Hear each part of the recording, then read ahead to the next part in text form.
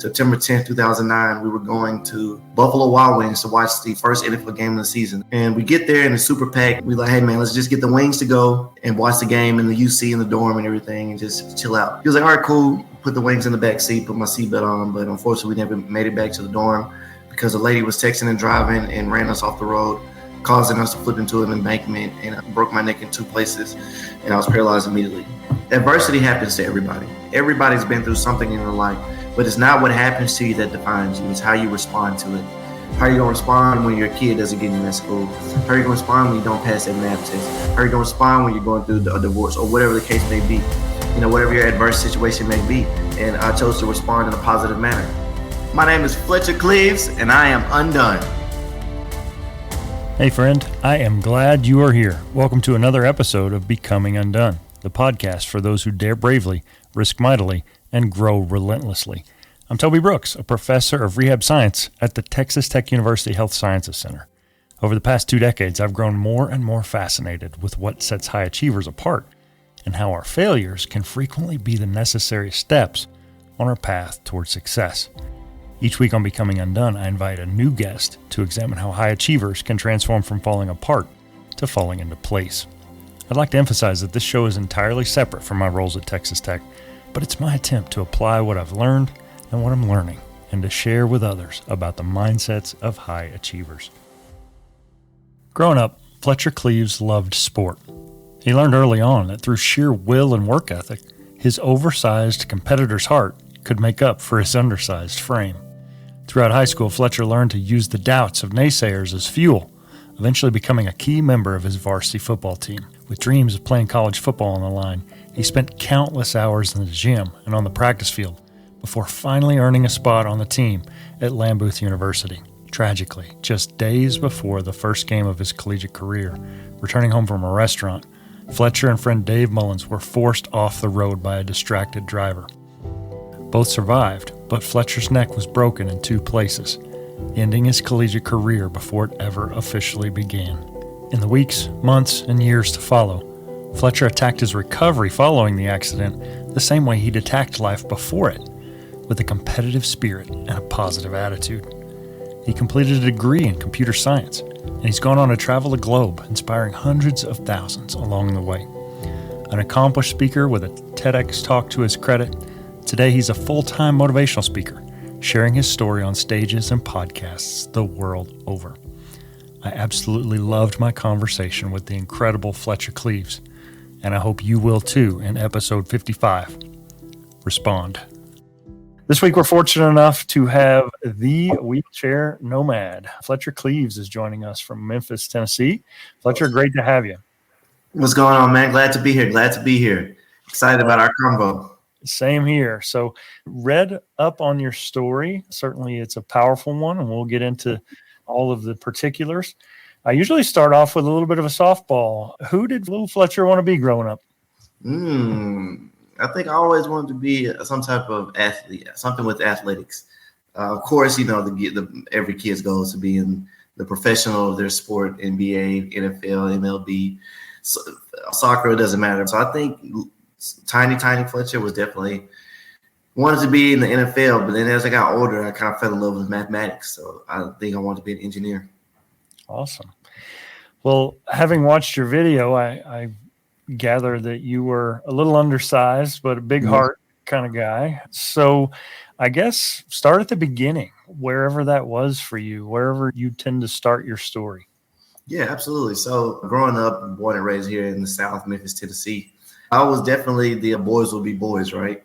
I was, you know, not a lot of like not big trouble, but just breaking windows, throwing baseballs in the windows, dirt claws, you know, ding dong ditch, you know, just regular adolescent stuff, right? So my parents wanted me to stay out of trouble, so they put me in organized team sports. Once I got in there, I just fell in love with the competition of everything and the craft and getting your body prepared from, you know, just the competition and everything. I fell in love with baseball. I played baseball, basketball, track, football, something year round to make sure that I didn't have any free time to get into trouble, right? And about 7th or 8th grade, I fell in love with football. And I was like, hey, I'm going to try out for my high school football team. I went to a large high school, so it was definitely tryouts. And, I remember going to the coach, maybe 5'3", 101 pounds or something, really tiny, and 99 pounds or something, whatever. And I'm like, I'm here to try for the football team. He's like, you want to play football? And I'm wearing these big glasses. He's like, yes, please. Can I play football? And then I end up going out, balling out my freshman year. I started both ways. I had a phenomenal year. Played receiver and DB, like 10 interceptions in 8 games. And, right. So it was pretty good year. Then 10th grade year, same concept, just kind of undersized, want to try for the varsity team. End up making it, balling out the same thing. And 11th to 12th grade, it was already said and done. I was going to be one of the leaders and the captains of the team. It's such a young opportunity in my life. Coming across field to the 20, cuts it up to the 25, gets a block, gets outside, across the 40, to the 50. Good return to Fletcher Cleaves. Complete to Cleaves, spins at the 10. Not everybody in the world can catch the ball, stop, spin, do the 360. And I was blessed enough to receive a football scholarship. I remember my pops telling me, he was like, hey, son, if you get a football scholarship, we'll buy you a car for graduation because I don't have to pay for school. I'd rather buy a $6,000 starter car than pay for 4 years of college, So I was like, definitely that. And so that happened. And I left for college maybe 2 days after high school graduation because, football season starts right when college starts. So we had been training that whole summer. I left 2 days after to get my body prepared for the upcoming collegiate season and try to get in the best shape. I ended up gaining like 25, 30 pounds of muscle from May, June, July, August, just 2 days, every day, working out, personal trainer, creatine, protein, post-workout meals, pre-workout meals, all that stuff, right? So I ended up getting like 25 pounds of muscle in 4 months. And I got named one of the starters in the opening game against Georgia State. I got named the starting kick returner. As a true freshman, he just put me up there as a starting kick returner, second string receiver. Just be prepared if my name gets called. And unfortunately, a week or so before the game, my roommate and I, Dave Mullins, September 10th, 2009, we were going to Buffalo Wild Wings to watch the first NFL game of the season, the Tennessee Titans versus the Pittsburgh Steelers. And we get there and it's super packed, as I mentioned, the first NFL game of the season. And we like, hey, man, let's just get the wings to go and watch the game in the UC in the dorm and everything and just chill out. He was like, all right, cool. Put the wings in the back seat, put my seatbelt on. But unfortunately, we never made it back to the dorm because the lady was texting and driving and ran us off the road, causing us to flip into an embankment, and I broke my neck in 2 places, and I was paralyzed immediately. Wow. Life-changing. On your website, it was suggested that she was distracted for 3 or 4 seconds. That was the estimate. Yeah, that's all it took, man. That's all it took. I remember just her not paying attention to the road. She was looking down, trying to multitask, and she just drifted over onto the double yellow line, and I just saw headlights coming towards me, and I just swerved to miss her. Wow. Well, certainly you had a long road of recovery ahead. Mm-hmm. What do you recall about maybe the initial moments or even the initial hours after the accident? Yeah, so I remember the first thing I thought, when the doctors were telling me what the diagnosis was, I remember being trapped in the vehicle, not being able to move, thinking my legs were broken, because, you don't immediately think oh, I might have a spinal cord injury, right? You're like, something's not right. Like, why can't my legs must be broken or something. They must be swollen. And when that happened, I remember putting me back in the EMT in the back of the ambulance. And then, she's giving me all these tests. And she says, I want you to move your right leg. And I said, okay. And she says, move your right leg. I said, I did. Then she says, okay. Then she asked me the same thing on my left leg. I'm like, I'm moving my legs, but she keeps asking me to move them. So I'm like, something must not be right. Then I thought the worst. I was like, okay, that must be like mangled or super broken. And she says, I said, give it to me straight, doc. I was like, well, you look fine. And I'm on the way to the hospital. She was like, but we think you have a spinal cord injury. We're going to run some more tests when we get to the hospital. And after they confirmed I had a spinal cord injury, I remember my first thought was, am I ever going to be play football again? Yeah. And I was 18 years young, didn't really have a lot of responsibilities. So I wasn't really thinking about like family and all that stuff, or what I'm going to do for a job, or where am I going to work. I wouldn't think about any of that. My first initial thought was, am I going to be able to play football again? Yeah. So the initial days after an injury like that, there's inflammation, there's swelling, there's a lot of questions, and you start to get some clarity after that initial injury starts to kind of settle in. And so did you get a prognosis fairly early that this was the likely outcome, or was there hope that you would walk again? What was that initial maybe first month like?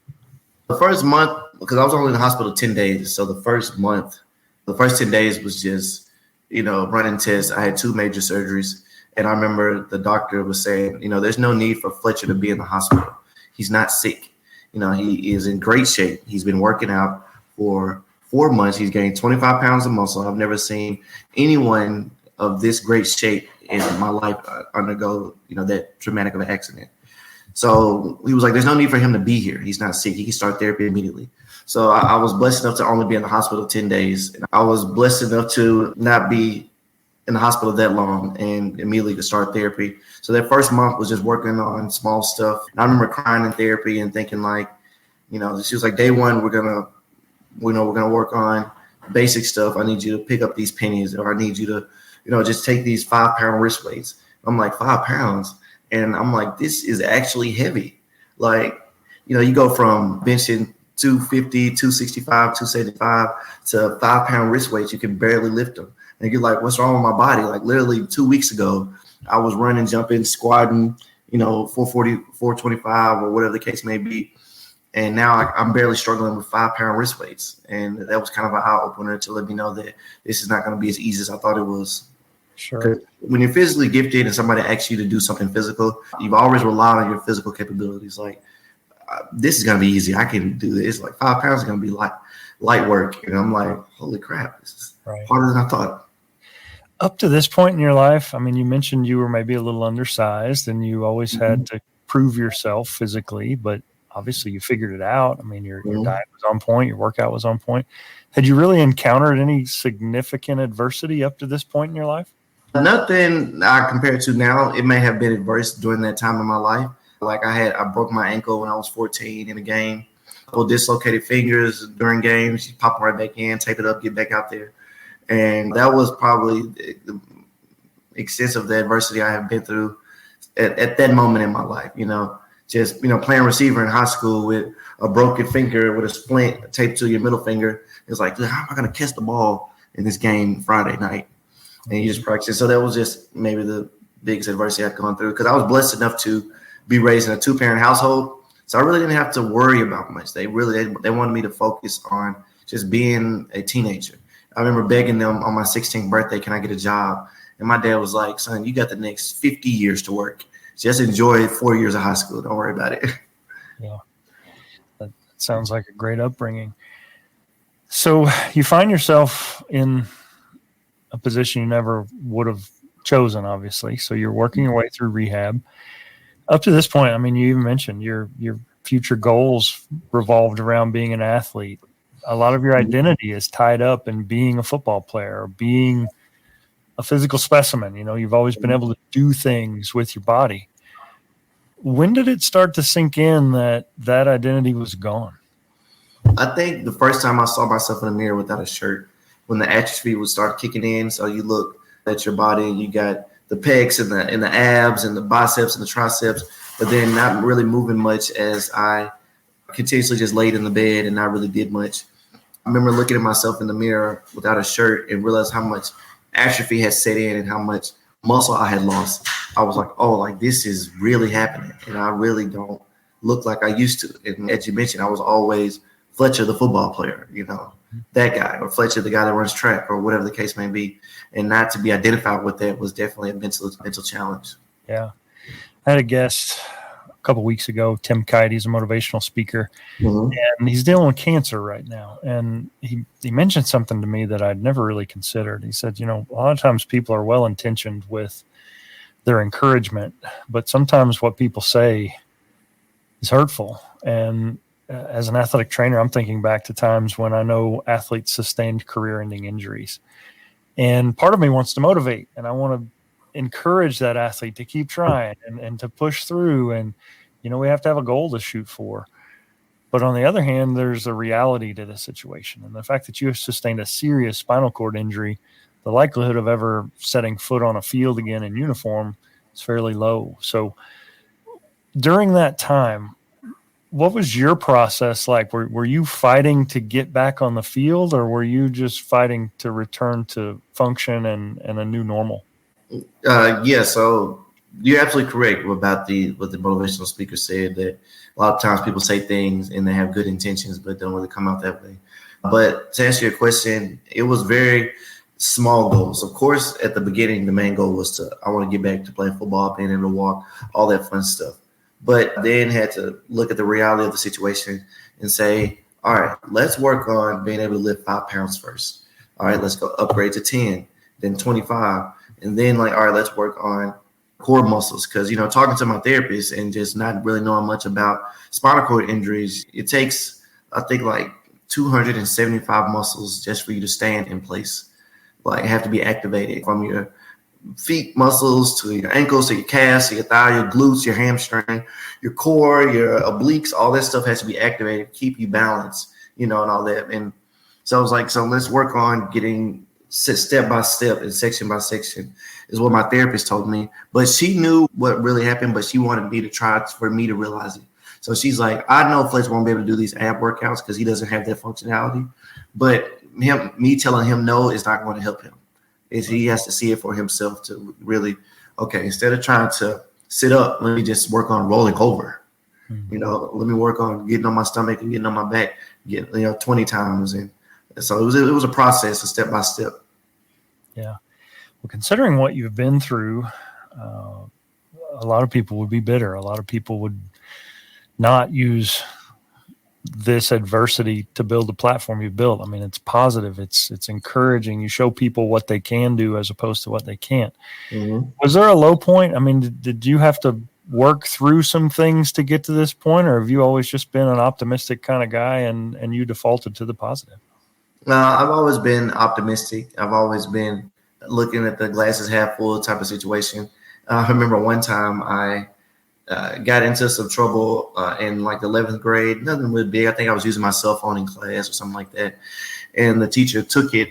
And, of course, my first thing is to go to the principal hey, man, look, I've always been able to get myself out of situations, whether it's for my physical capabilities or my charisma or whatever the case may be. And the principal was like, not this time. You're so used to getting out of situations for your physical capabilities or because you play football, this time it's not going to happen. So, to answer your question, yeah, it's I've always been able to use my physical capabilities to overcome adversity. So when you ask, was I always optimistic? I was like, yeah, because I've never really been through anything. And the things I've gone through, I overcame them fairly quickly, whether it's studying for a test or whatever the case may be. So because this wasn't a 6 months, I'll be back to normal. It was no, this is life altering. Yeah.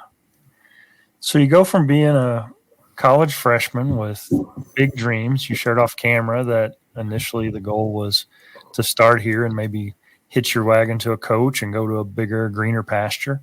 Mm-hmm. That evaporates. That goal is no longer there. What do you do in order to reorient, and how does your mission today start to enter the equation? Yeah, so we all know that being in athletics, Father Time is undefeated. Your sport is going to end one day for everybody, whether it's when you're 40 or when you're Bo Jackson and quit early or whatever the case may be. But so my parents knew that, and they instilled the education inside of me in high school. So according to the state TSAA or TSAA or whatever it's called, you had to have a 2.5 to play high school football. But my parents told me that if I wanted to play, I had to have a 3.0. So I'm like, why do I have to have a 3.0? The state only requires, and that was just instilling not to reach for the bare minimum, because they know that Fletcher's going to do whatever he needs to do to not get in trouble, or just as long as he can play football. So if you want to play football, you got to have a 3.0. So literally every report card for 4 years straight, I got a 3.0. This reminds me of a concept I wrote about recently, and it's one that has certainly served Fletcher well too. The idea is margin. In business terms, margin is what we have that helps us maximize resources like funds or time or other efficiencies. And when we aim for the minimum, it costs us margin. We lose any possible cushion that can protect us from unexpected happenings, like when we give ourselves 21 minutes to make a 20-minute commute. We're only safe if literally everything goes according to plan. Even the slightest deviation from that spells failure. For Fletcher, his parents instilled the idea of doing better than the bare minimum, and he found success. Likewise, being in the best shape of his life at the moment of his life-altering accident likely saved him, or at the very least dramatically improved his outcomes. That's what giving our best can do. Minimum effort leaves no margin for error, but maximum effort helps build margin. And it's like, son, why don't you just work 3.5, 4.0? I was like, I mean, you said 3.0. What's wrong with that? And so they still education side of me. So once I lost my physical capability, I immediately reverted back to, was like, all right, but you still got your mind, you still got your mental capacity. You still can go to college. You know, people with disabilities go to college and graduate all the time. Why can't that be you? So I just started honing in on my mental capabilities and studying harder. And I went back to college and I was able to graduate with a degree in computer science. That's awesome.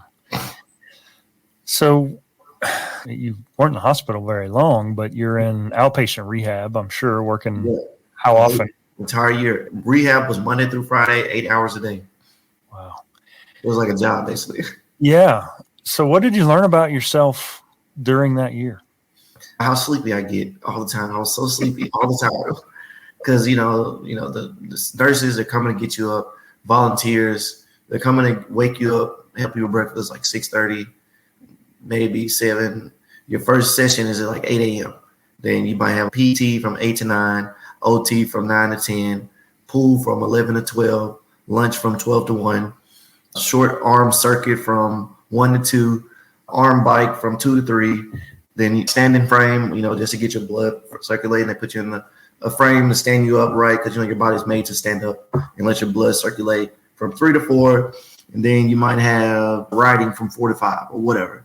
And so I was like, dude, I'm so tired. Like, I'm so used to being able to take. It was the first time I wasn't, like, in high school, college, naps were huge. Like, after practice is shower, nap immediately. Then, wake up, eat, whatever. But not having those breaks in between, I was like, I am so sleepy. Well, you have to give yourself some credit because physically that's demanding, but neurologic healing is fatiguing in a different way. Mm-hmm. And I've got a dear friend who has MS, and when she has flare-ups, she'll say, it takes so much more energy just for me to read, to concentrate. Like the neurologic fatigue is different than a muscular fatigue. Mm-hmm. And you had both of those going on because spinal cord injuries don't ever fully heal, but peripheral injuries can. And you're certainly stimulating the system in order to try to get it to heal. So certainly that's a pretty normal consequence. What about mentally? Going from a college athlete to now someone who's working 5 days a week, full-time job to do things that you took for granted previously. What was that like for you psychologically? It was hard in the beginning, but I'm fueled by competition. So my parents told my therapist one day, it was like, if you want Fletcher to excel in therapy, just bet him he can't do something. Like, Fletch, I bet that you can't get your shirt on in under 30 seconds. It was like, all right, if you win, you get an extra hour in the pool, or you get an hour to lay down, or whatever, extra sleep. We can start therapy at 9 instead of 8. But if you lose, therapy starts at 6:30. I'm like, all right, let's go. So of course, me being the athlete I am in competition, I'm like, I'm trying to hurry up and get it done. And then it opened my eyes because I'm 19 at the time now, and I was like, the first time I failed, I ordered my bets. Therapy started at 6:30 a.m. I'm like, a week later, let's run that bet back. Let's do it again, and I'll get it. And they pointed out, it was like, see how harder you tried when, competition fuels. Like, they realized that competition fueled me. So I realized that, and it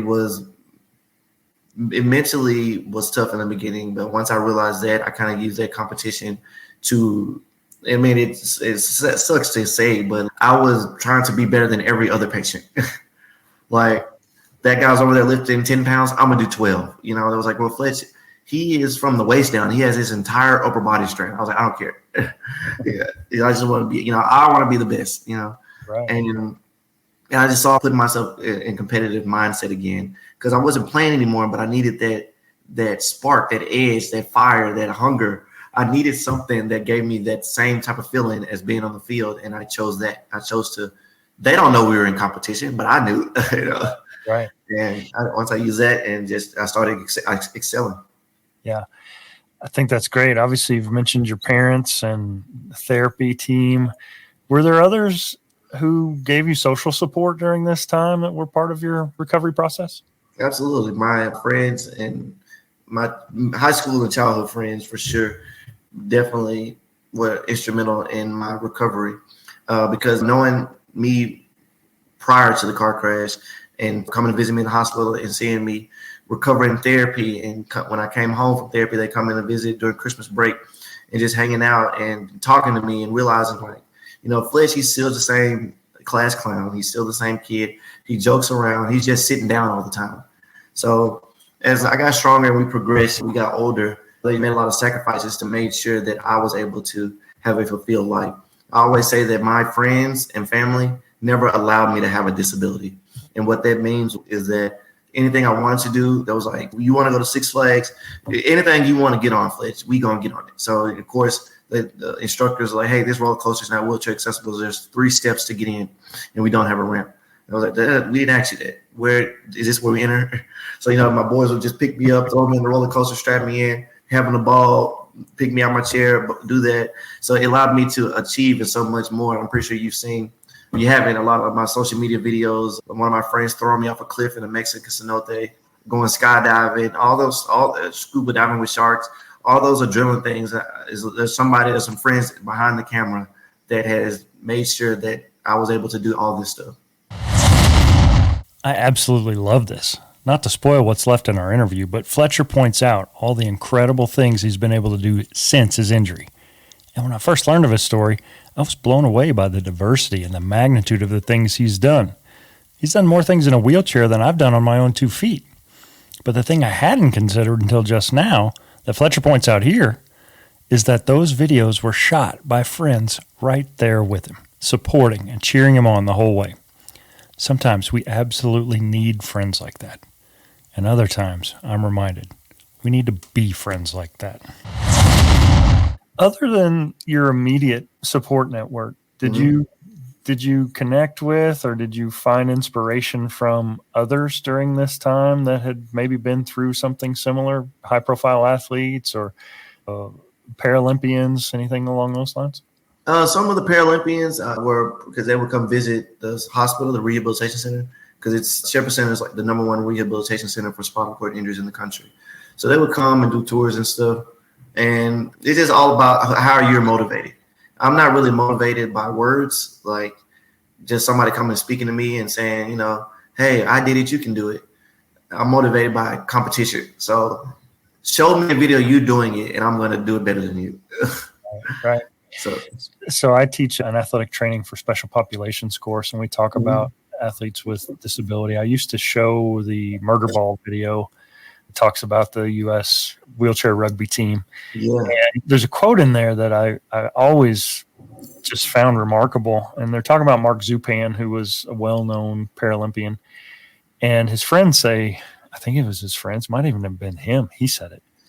He said, I've accomplished more in this chair than I ever would have accomplished with functioning legs. He was a soccer player, and he wasn't going to go to the Olympics on the U.S. soccer team, but he ends up being one of the most successful Paralympians in history at that time.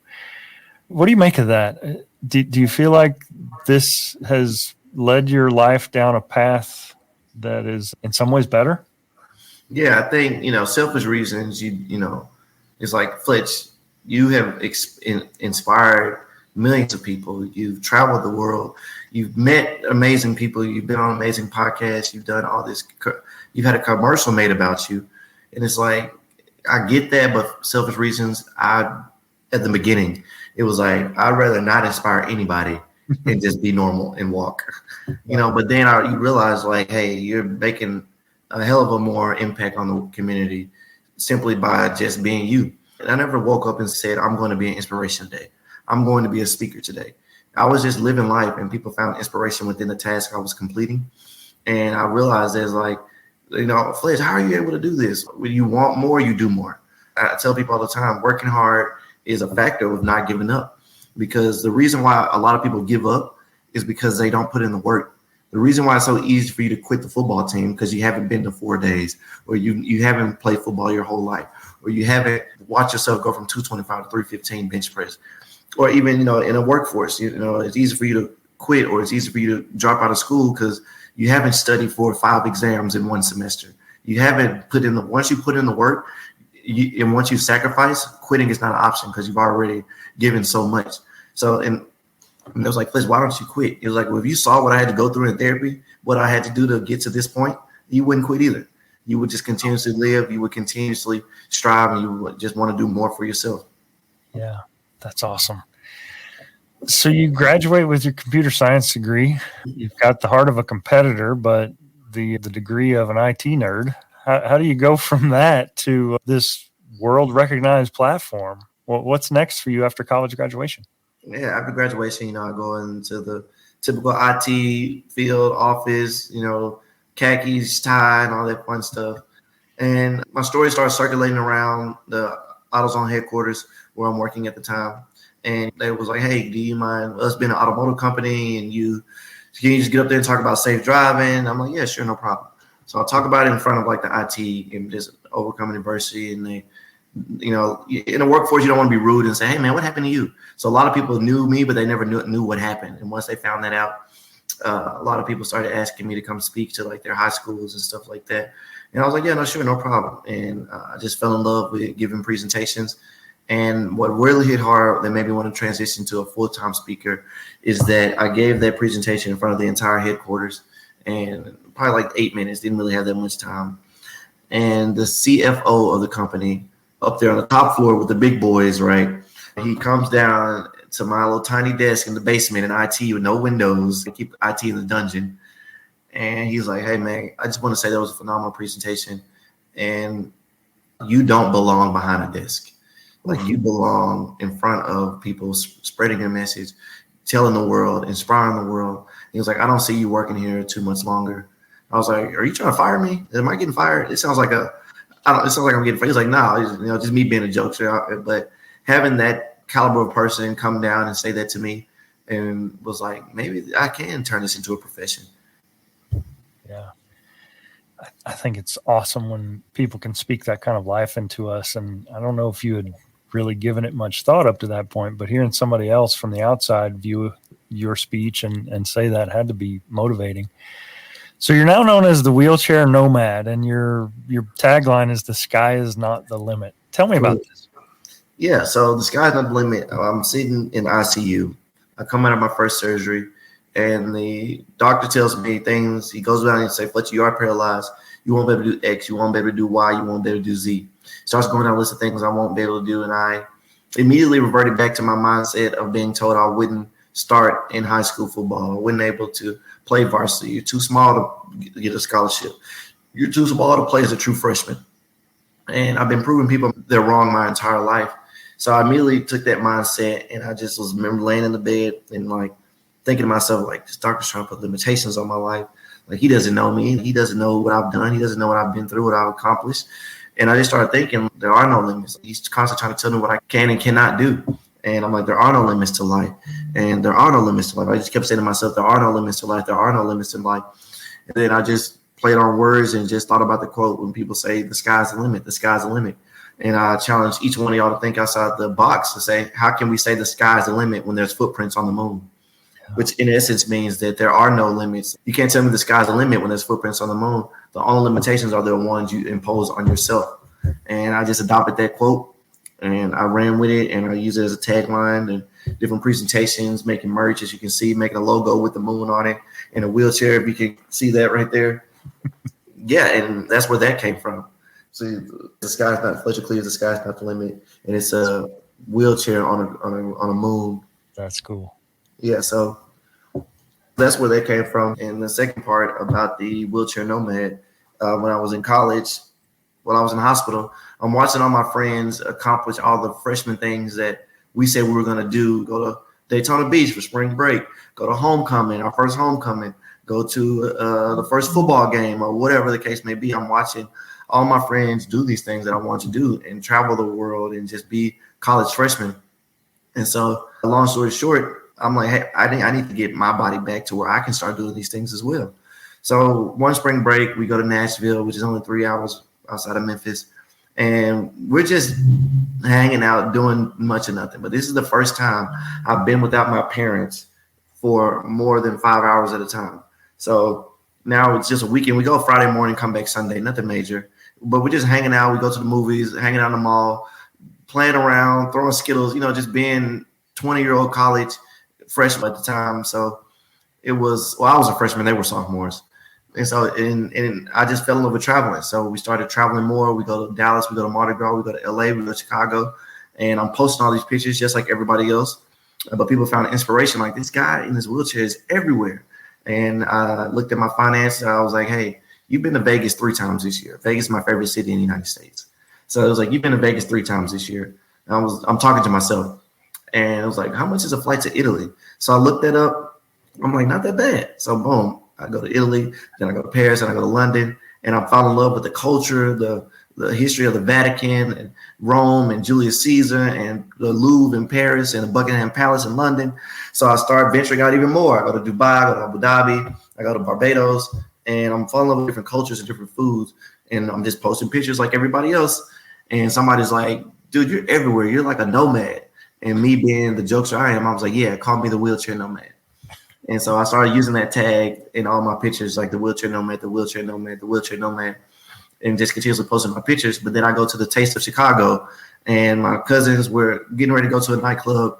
They pull up to the front, put my chair out, and there's a line to get in. They put me in my chair. I get my clothes together, put my cologne on, I'm about to roll in. And this lady comes up and says, excuse me, are you the Wheelchair Nomad? I'm like, how do you know that? She was like, I'm a part of this travel group and they post your stuff all the time. And you're such an inspiration. Can we take a picture? I'm like, sure. Once that happened, I was like, oh yeah, this is a thing. Celebrity status achieved. No, achieved. That's your commercial is fantastic. I believe it's done by ESPN. Mm-hmm. How do you go from working in IT with one speech for AutoZone to now having this global platform? How does it grow from there? Yeah, so I've always I had the platform and just gradually, the plan was to gradually just do a little more each year. Next year I'm gonna stop and be a full-time speaker. It was always next year. And before I looked up, I've been working in IT 9 years. So I'm like, this is like early 30s. It's time to, if you really want to do this. I was in Toronto for New Year's Eve, and I'm looking at the 2023 sign. And I've had my website. I've done the Ohio States and the Ole Miss. And I've done all these things, but it's always been played around my IT schedule. They were pretty lenient for the most part, especially during COVID. And I just knew this is not what I wanted to do for the next 40 years. So I knew I wanted to do this full time. So I'm in Toronto looking at the 2023 sign, 10-9-8, and I call God Big G. I'm like, Big G, if I'm supposed to be a full-time speaker, please lead me in the right direction. And lo and behold, 2 weeks later, I got let go from my IT job, and it was just budget cuts. And I'm like, no, I didn't mean it like this. I did not like this, but it shows that because I was comfortable enough working my IT job, and it's hard to walk away from a lucrative field just off a whim. So I think God knew I would never have done it on my own. I would always played around with the thought of being a full-time speaker. And he gave me that push, and this just happened in February. So these past 6 months or so, I've been a full-time entrepreneur trying to do the best I can to keep my head above water and always continuously fight and just become a phenomenal speaker. Yeah, that's great. I mean, obviously being pushed out of the nest like that is never great, but at that point you got to fly, right? Your story is certainly one of physical setback, but a lot of my listeners, they're facing to them a mountain in front of them as they lost their job, or they're not able to get a job that they've applied for, or their kid didn't get into whatever it is. Yeah, absolutely. Stuff. What do you tell them? I tell people this all the time, man. Look, adversity happens to everybody. Crappy stuff happens to me. Crappy stuff happens to you. Crappy stuff happens to your neighbor. Everybody's been through something in their life, but it's not what happens to you that defines you. It's how you respond to it. How are you going to respond when your kid doesn't get in that school? How are you going to respond when you don't pass that math test? How are you going to respond when you're going through a divorce or whatever the case may be? whatever your adverse situation may be. And I chose to respond in a positive manner. You can still achieve your dreams and your goals. And I tell people when writing down goals and dreams, how big would you dream if you knew you couldn't fail? If I knew that in the moment I thought I could become an astronaut, I would be an astronaut, Fletch. I want to be an astronaut. I'm like, all right, set aside the excuses, put your big boy underwear on and get to it, whatever the case may be. And that's what I say to those people. It's like, don't let your current situation dictate your future. Don't let this adverse situation dictate the next 20 years of your life. You may be going through some downs at this time, but understand that nothing lasts forever. I've never seen a cloud sit over one person's house for an extended amount of time. Like, this too shall pass. This rain will go away. The rainbow's at the end of the storm. And when that sunshine comes out, what type of mindset are you going to have when this adverse situation is over? Did this adverse situation make you or did it break you? Yeah. I was just reading about this last night. I'm studying for a new certification. It's called the Certified Performance Sports Science credential. Okay. So a lot of professional teams and now D1 schools are hiring these sports scientists who they gather data on how many total yards you cover during a practice and, whether or not you're overtrained. We see this in the NBA a lot. It sits from load management. That's all coming from sports science. But the chapter I read last night was on psychology, and the prevailing thought was, if we can encourage our athletes to have an optimistic or positive mindset, it actually manifests physically. They heal better. They recover faster. This is not just kumbaya, be happy. It is, I can help that hamstring strain heal faster if I can get you to focus on the good versus the negative. And that's something you knew innately. And I would venture to say that your capabilities today are better because you had that outlook from day one. And for sure. It's fantastic. Yeah, I know, like, whatever your mind thinks, your body will follow. I've seen different situations where people just mental therapy, where they are sitting there just thinking positive, like you said, it will heal, it will heal, it will heal. Whatever your mind thinks, your body will follow. So if you're constantly being negative and constantly saying it won't get better, I won't be able to play anymore, you're right. Your mind's going to affect your performance, and you're right. The person that says they can and the person that says they can't are both right. Which one will you be? Yeah. So it's obviously not gone according to script, but that doesn't mean that it hasn't been a beautiful story. What advice, if you could go back in time and maybe equip young Fletcher with some sage wisdom that's going to help him on the journey, what would you tell him? I tell him to stay out of Buffalo Wild Wings. Don't go. Stay home. I would say never accept the word no. Let no's fuel your fire. So the worst thing you can do is tell me I can't do something. So because now I'm going to make it my destiny to prove you wrong. I'm going to make it mine. So don't allow people to form your life. Like, it's your life. That might be a little deep for a 7-year-old, but it's still positive thinking and just, enjoy being a kid, just have fun and try to get your parents to invest in Google. Sage advice. That's very much a Biff Tannen answer, right? That sports almanac. No, take your life savings and just put it all in Google. Well, I love music and the emotions that it can oftentimes represent the words can't. If you had a song that played in the background during a montage of your life, what song would you pick and why? Probably one of my favorite pregame songs, "The Heart of a Champion" by Nelly. Nice. Yeah. It's the heart of a champion. Just telling me you can't give up. Keep going. Keep striving. Keep going. So that was definitely, I listened to that even in therapy. Like, just what do we got to do today? All right, we got 4 sets of 25. Okay, cool. Let me get my headphones. Heart of a Champion on repeat. Just don't stop, don't quit. And I would just have that montage playing over my live video. Yep. That's great. That's a good one. I dropped these into a Spotify mix with all my guests with their music. So if people want to listen, they can tune in. Heart of a Champion. Yeah. So what for Fletcher remains undone? I still have so much I want to accomplish. I want to be recognized as one of the top speakers in the country. I want to visit all 8 wonders of the world. I want to be a prevalent advocate for accessibility in the travel community, coming from the Wheelchair Nomad. I want a family. I want to move to a new city. I want to do so much, and all the things I've ever dreamt about to come to fruition and come to truth. That's great. How can listeners connect with you and follow you on your various channels? Yeah, definitely follow me on all my socials. You can find all of that at FletcherCleaves.com. And I think it's always hilarious when you're talking about celebrity status unlocked, because I have been on TED Talk and the commercial, and I've been on ESPN, and I do travel the world and have done these amazing things. People think I'm like Tom Brady, or I'm not like Kevin Hart or something, where I'm not going to respond. And it's always funny when I like, hey, Fletch, I have a small podcast out of LA, just taking a shot, right? And I'm like, yeah, no problem. And they're always like, oh my God, you responded. I'm like, yeah, I'm a real person, bro. Guilty as charged. Not only did you respond, you responded in today. Yeah, we can do it right now. Gotcha.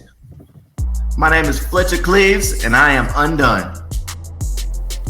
For Fletcher Cleaves, it's safe to say that he didn't choose the path he finds himself on today, but through his positivity, his will, and that Nelly-inspired heart of a champion, he's made the world a better place. If you haven't seen him speak before, check him out on YouTube, or better yet, if you're an event planner looking for a keynote speaker, give Fletcher a call, because I guarantee you that you and your team will emerge better and stronger for hearing his story.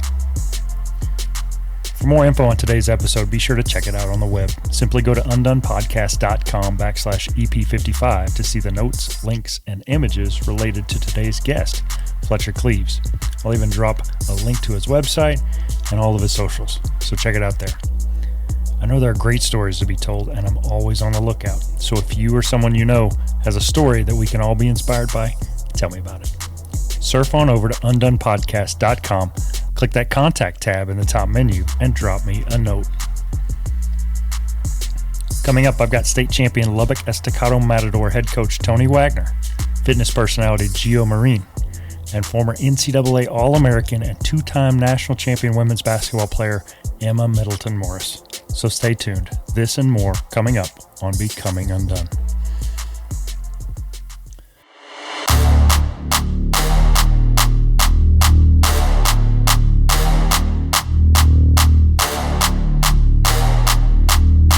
Becoming Undone is a Nitro Hype creative production written and produced by me, Toby Brooks. If you or someone you know has a story of resilience and victory to share for Becoming Undone, contact me at undonepodcast.com. Follow the show on Facebook, Instagram, and LinkedIn at Becoming Undone Pod. And follow me at Toby J. Brooks on X, Instagram, and TikTok. Listen, subscribe, and please leave me a review, people. Apple Podcasts. I want to grow the show, and I can't do it without reviews. I'll love you forever if you give me a review. I'll even read them on air, as long as they're good. You can also leave a review at Spotify, iHeartRadio, or wherever you get your podcasts. Until next time, everybody, keep getting better.